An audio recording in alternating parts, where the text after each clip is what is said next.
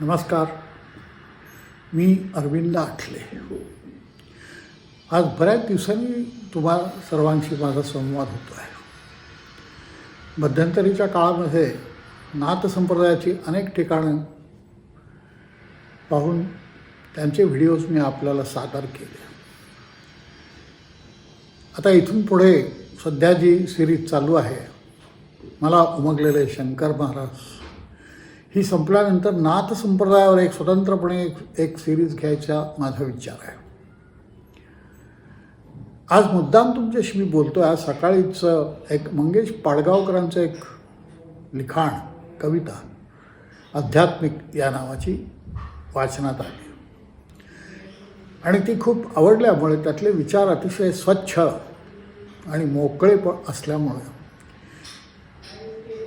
मी ती कविता फेसबुकवर शेअर केली आणि माझे काही त्याच्यावर रिमार्क दिले. यानंतर अनेकांच्या अनेक प्रकारच्या प्रतिक्रिया आल्या आणि त्यामुळे या विषयावर तुमच्याशी थोडा संवाद साधावा अशी मला इच्छा उत्पन्न झाली. तसाही मी बरेच दिवसात तुमच्याशी बोललेलो नाही आहे.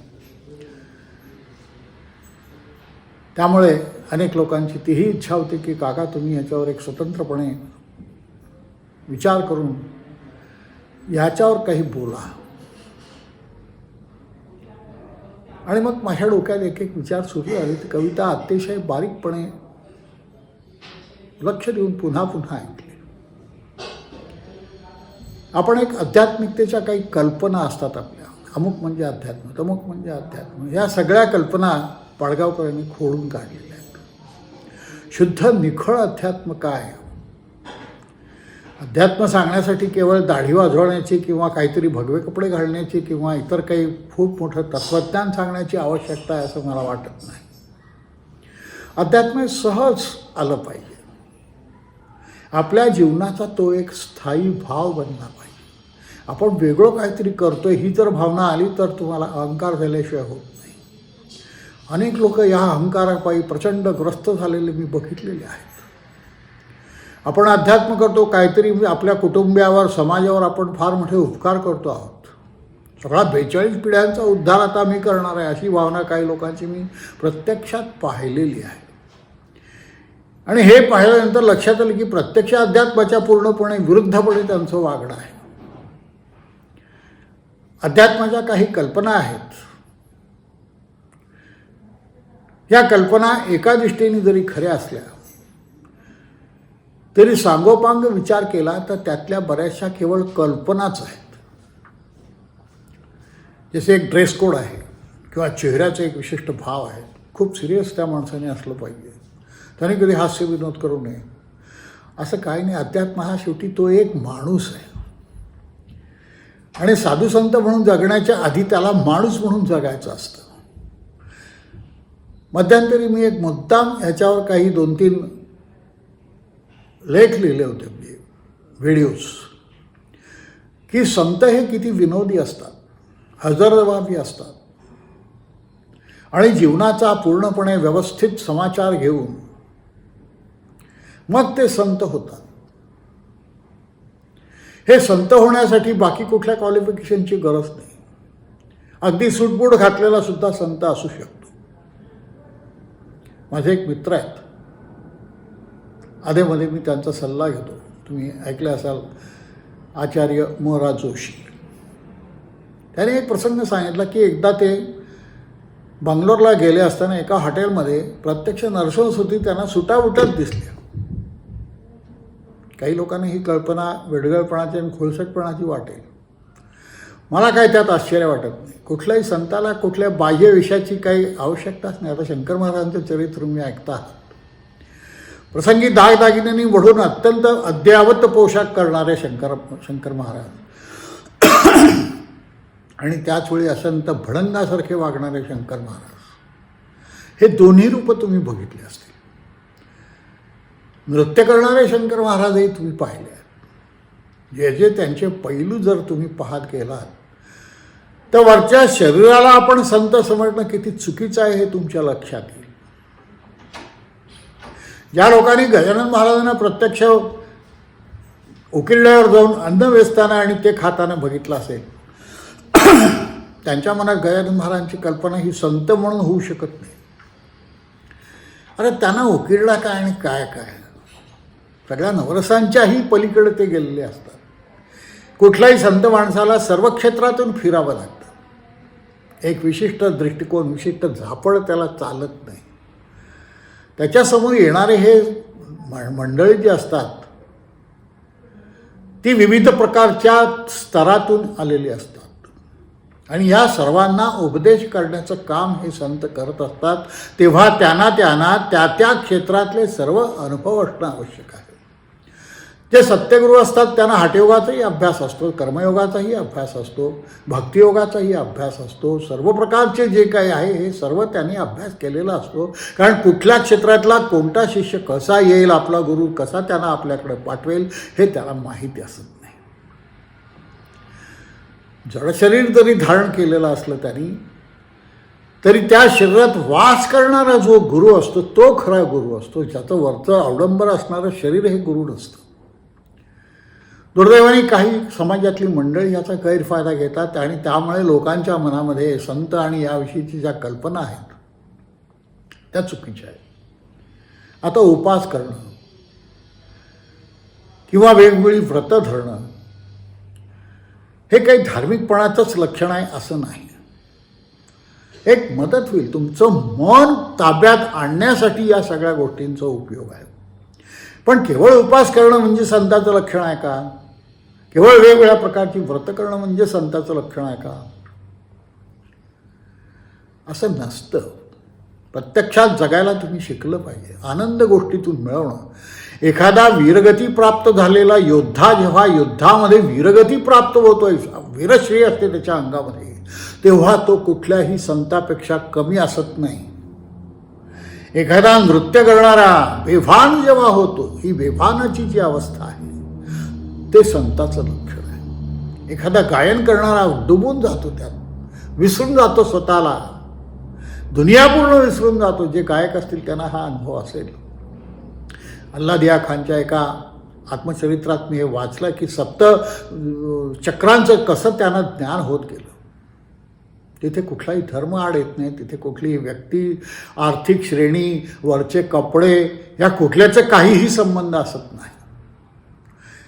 परवा एकांचा मला फोन आला की असं असं माझी खूप तीव्र इच्छा आहे या मार्गात यावं. अरे हा काही मार्ग असा वेगळा आहे का? अत्यंत सच्छीलपणे राहा, धर्माचरण करा आणि धर्माला अनुभूती असणारे सर्व आनंद जरूर घ्या. कुठलाही धर्म तुम्हाला असे फार मोठे कुठले रिस्ट्रिक्शन सांगत नाही. मुख्य भाव कारण प्रेमे करता श्रवण पठण निदध्यास आणि मनन प्रेमे करून साधिके असं गुरुचरित्रात म्हटलेलं आहे की ज्याला आपण कर्मकांडाचा फार मोठा इतिहास समजतो. गुरु म्हणजे प्रेम. हे प्रेम तुम्हाला मिळवायचं असेल, हे गुरु जर प्रेम म्हणून तुम्हाला हवे असतील तर तुम्हाला पहिले प्रेम करणं शिकावं लागेल. हे प्रेम करणं शिका. सामान्य माणसामध्ये सामान्य राहा, अतिसामान्य राहा. असामान्यपणा दाखवण्याचा प्रयत्न करू नका. तुम्ही कोणी वेगळे आहात असं जो दाखवत असतो तो अध्यात्म असत नाही. मोठी प्रकांड पंडित जे असतात ते काही अध्यात्म असतात असं नाही. त्यांचं पुस्तकी ज्ञान असतं हे आपण विसरतो. पुस्तकी ज्ञान हे अभ्यास नाही. न मेधया न बहुना श्रुतेन असंच याचं वर्णन केलं की कोणाला म्हणावा आध्यात्मिक. केवळ अत्यंत मेधा प्रभावित आहे, प्रभावशाली आहे म्हणजे तो आध्यात्मिक झाला का? अत्यंत सुंदर व्याख्याने आध्यात्मिक देणारी मंडळी असतात, परंतु आत गेल्यानंतर सिगरेट ओढणारे मी बघितले आहेत. आता हा लोक जे बघतील ते कोणता आदर्श घेणार? त्यांनी सिगरेट ओढणं किंवा त्यांनी दारूही पित असले तर मला त्याचं काही देणं घेणं नाही. परंतु लोक ज्या प्रकारे त्यांच्या दृष्टीतनं त्या दृष्टीतून पाहतात ते खरेच तसे असतात का हा प्रश्न आहे. मंगेशकरांनी, पाडगावकरांनी खूप वेगवेगळे असे पैलू त्यातले दोष दाखवलेले आहेत. दोष दाखवले की राग येतो लोकांना. मला अनेकांनी, मी त्याच्यावर जेव्हा लिहिलं तेव्हा म्हणे तुम्ही काका हे असं लिहिता? अरे घ्या ना, आनंद आहे वेगवेगळ्या प्रकारचा, घ्या. खाण्यापिण्यातला आनंद आहे, प्रत्येक छोट्या छोट्या गोष्टीत आहे. मी त्यात लिहिलं की लहान मूल, आपल्या प्रत्येकात एक लहान मूल आहे. हे लहान मूल आपण सांभाळलं की आपल्याला आनंद होतो. लहान मुलाला नुसती अशी तुम्ही टिचकी वाचवली तरी त्याला छान वाटतं, कारण त्याचा स्वभाव, त्याच्यावर संस्कार नाही आहेत, त्याच्या मनामध्ये कल्पनांची जाळी नाही आहेत. कोळ्याची जाळी आहे ती कल्पना. म्हणजे एकदा त्यांनी वेढलं की त्यातून बाहेर पडणं तुम्हाला कठीण आहे. तेव्हा अर्जुन पुत्र जो आत शिरला त्या याच्यामध्ये, त्याला बाहेर येता येत नव्हतं. कारण आत शिरणं सोपं आहे, अध्यात्मात आत शिरणं मोठं सोपं आहे. परंतु आत शिरल्यानंतर तिथलं जे काही विश्व सगळं एक एक एक एक दिसायला लागतं, हे हजम व्हायला पाहिजे. नवरस आपण म्हणतो, त्यात बिभत्स आला, हा सगळ्या प्रकारचे रस आले, करुणा आला, वेगवेगळे जे काही रस आहेत किंवा वेगवेगळ्या सगळ्या चवी आहेत, या सगळ्या चवी जेव्हा समान वाटतील, सगळे रस जेव्हा समान वाटतील, तेव्हा तुम्ही त्याचा उपभोग घ्या ना. उपभोग घ्या हे आपले ऋषीमुनी आपल्याला सांगतात. याचा अर्थ तुम्ही चारवाक घ्या, खा प्या आनंद करा, असा त्याचा अर्थ नाही आहे. चौकटीत जे बसेल, चौकटीत बसणाऱ्या खूप गोष्टी आहेत ज्याच्या आपण कल्पनाच नाही करत. ह्या चौकटीतल्या गोष्टी तुम्ही पाळा, व्यवहारातलं आचरण तुम्ही पाळा. जे काही तुम्हाला मानदंडक घालून दिलेले आहेत चारित्र्याचे, परस्त्री परधन, दुसऱ्याची ईर्ष्या, हे सगळं जर तुम्ही टाळाल तर तुम्ही फार त्याच्या वेगळ्या प्रकारची कुठली साधना नाही करावी लागणार. तुम्ही आपोआपच उच्च व्हाल. आणि तुम्ही जोपर्यंत गुणग्राहकता त्या गुरुला तुमच्यात दिसत नाही, गुण दिसत नाही, तोपर्यंत गुरु तुम्हाला स्पर्श करत नाही. तुम्ही दोषी आहात आणि तरी गुरुनी तुम्हाला स्वीकारावा आणि तुमच्या डोक्यावर हात ठेवून तुम्हाला ज्ञानी करावं, हा विचार फार चुकीचा आहे. आत आणा, तुमचं भांडं रिकामं ठेवा. भरलेल्या भांड्याने तुम्ही गुरुकडे जाता, मग गुरु काय देणार तुम्हाला? भरलेल्या कल्पनाने तुम्ही गुरुकडे जाता, गुरु काय देणार तुम्हाला? भरलेल्या आध्यात्मिक वेगवेगळ्या मतांनी तुम्ही गुरुकडे जाता, तेव्हा गुरु काय देणार तुम्हाला? गुरुनी सांगितल्यानंतरही तुम्ही अरे वा, नामरक्षा चांगली असते, हे अमुक चांगलं आहे, गीता रोज पठण केलीच पाहिजे, हे इतके अध्याय झाले पाहिजे, ते तितके झाले पाहिजे, असं कर्मकांडात तुम्ही गुंतवून घेतल्यानंतर गुरुनी सांगितलेलं करण्याची तुमच्यात ताकद उरणार आहे का? ते विसरून जाता तुम्ही हळूहळू. आणि मुळाला पुन्हा आहे तसेच चिकटून आहे त्याच अवस्थेत आयुष्यभर राहता. आणि मग म्हणतात गुरुची आमच्यावर कृपा नाही. का करेल गुरु तुमच्यावर कृपा? काही त्याग केलाय तुम्ही? गुरुसाठी काही गुरुनी जे काय सांगितलेलं वाक्य आहेत ती पाळली आहेत तुम्ही? हळूहळू सगळं विसरतो माणूस आणि मग गुरुला नावं ठेवतो. अरे दादा यांच्याकडे काही नाही, आपण चला दुसरीकडे जाऊ. असे मधमाशासारखे फिरणारी जी माणसं आहेत त्यांच्या आयुष्यात काही मिळत नाही. तेव्हा आनंद, आनंद हे अध्यात्म आहे, प्रेम हे अध्यात्म आहे. आणि या दोन गोष्टी तुमच्यात बाणवा तुम्ही. मी अनेक संतांचे कसे विनोदी कसे होते, काय होते, याच्यावर मुद्दाम काही व्याख्याने दिले, तुम्ही ऐका, मोठी आहेत ही. या कशाचं संतांना वावडं नाही. संत हे अत्यंत हजरजबाबी, आनंद जीवनाचा घेणारे, खाण्यापिण्याचाही आनंद घेणारे, त्यांना कुठलं वावडं नाही आहे.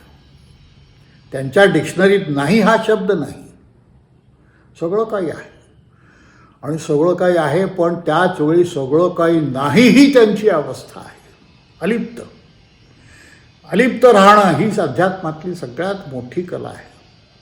तुम्ही अलिप्त राहू शकले पाहिजे.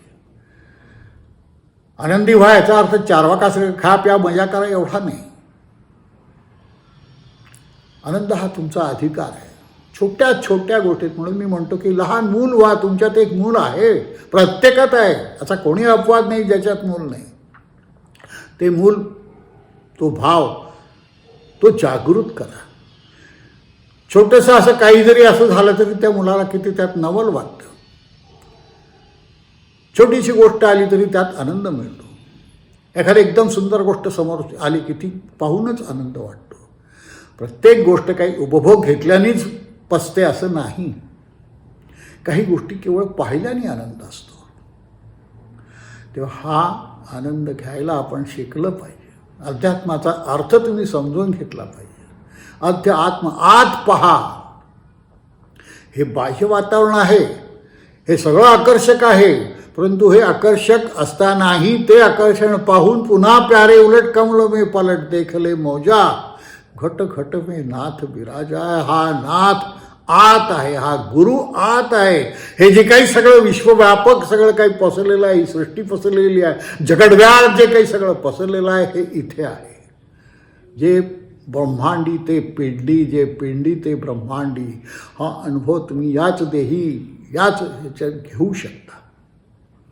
परंतु हे करण्यासाठी तुमची मनाची अवस्था ते तुम्ही आणली पाहिजे. जगातला प्रत्येक आनंद तुम्ही घेऊ शकले पाहिजे आणि त्याच वेळी तो सोडू शकले पाहिजे. कुठली गोष्ट अतिरेक उपयोग नाही. खाण्याचा अतिरेक नाही, पिण्याचा अतिरेक नाही, कुठल्या वासनेचा अतिरेक नाही. प्रत्येक गोष्टीत मध्यमार्ग स्वीकारा. अतिगुण वाईट आणि अतिवाईटपणाही वाईट. मधला माणूस, कारण अति झालं की ते सोडणं कठीण असतं. मधला माणूस हा सगळं वरचंही सोडू शकतो आणि खालचंही सोडू शकतो. हे तुम्हाला किती पटतंय बघा.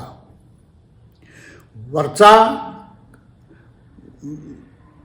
आव आणण्याची काही गरज नाही. तुम्ही अध्यात्म म्हणजे खूप सिरियस तोंड करून काहीतरी नाक दाबून बसले, अतिशय कुठलं हास्य विनोद सगळं वावडं असं नाही आहे. सगळं करून त्या सगळ्यात तुम्ही राहून सगळ्यातून अलिप्त राहणं हा अभ्यास आहे. हे अध्यात्म आहे. हे अध्यात्म तुम्ही करू शकता, तुम्ही शिकू शकता, तुम्ही अंगी स्वतःच्या बाणवू शकता आणि एक त्रयस्थ दृष्टी तुम्हाला येईल.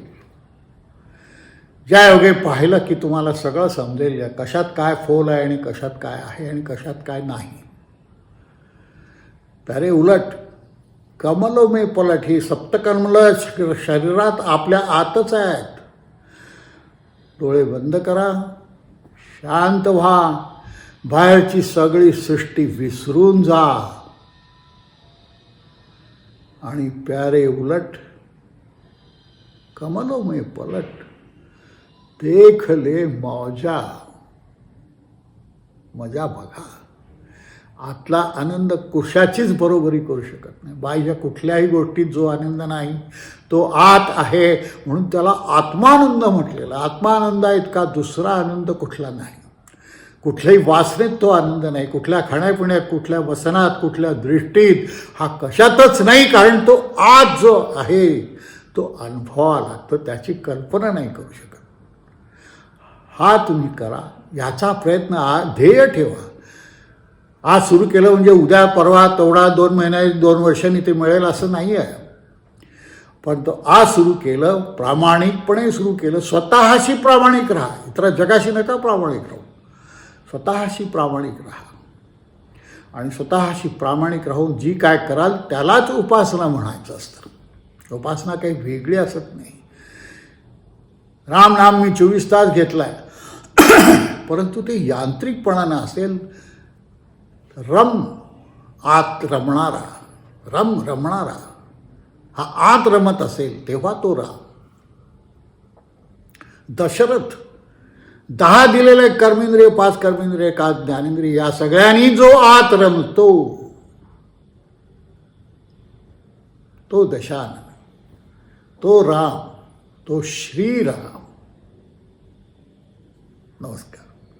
विचार करून पहा मी काय बोललोय. कुठलंही स्क्रिप्ट लिहिलं नसल्यामुळे काही कमी जास्ती पॉईंट राहिले असतील माझे. पुन्हा बोलू. नमस्कार.